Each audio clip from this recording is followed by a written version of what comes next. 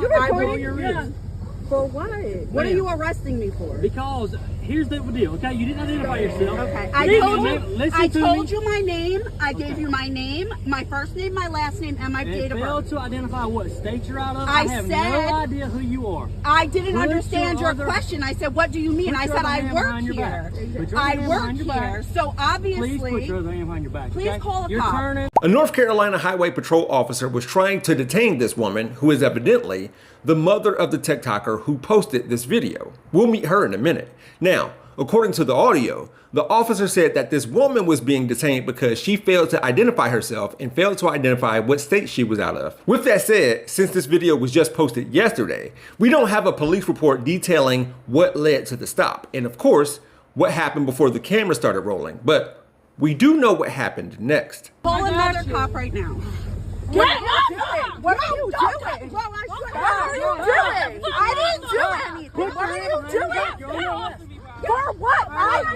I said who I was. I identified myself. Look, don't come up on me. Don't come up on me.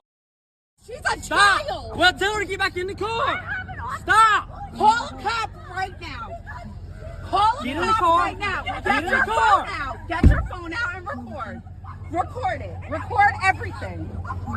Put your hands behind your back, please. No, I identified myself. Please put your hands behind your back. I identified myself. Please put your hands behind your back. No. Ma'am. You're trying to detain me for nothing. Get off of me. People of a certain age would either call the way this cop held his gun as either gangster style or kill shot. All jokes aside, he pulled his gun on a 14-year-old girl who was trying to call her stepfather for protection. And if you say the officer, who has a weapon and body armor and the ability to call backup, doesn't know what people are going to do, they're trying to protect themselves, they're likely scared. Yeah, so was the 14-year-old girl who didn't have a weapon, and she didn't know what the officer was going to do. Speaking of, this is her account of what happened. Today in Mount Olive, North Carolina, Officer Z. Price pulled over my mother under the assumption that she did not have her seatbelt on.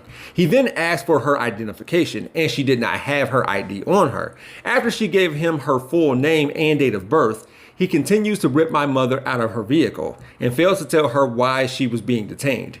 After I stepped out of the vehicle to call my stepdad, he then pulls his weapon out on me and my younger sister. He did not have to put my mother in jail, and he claims her to be an illegal immigrant.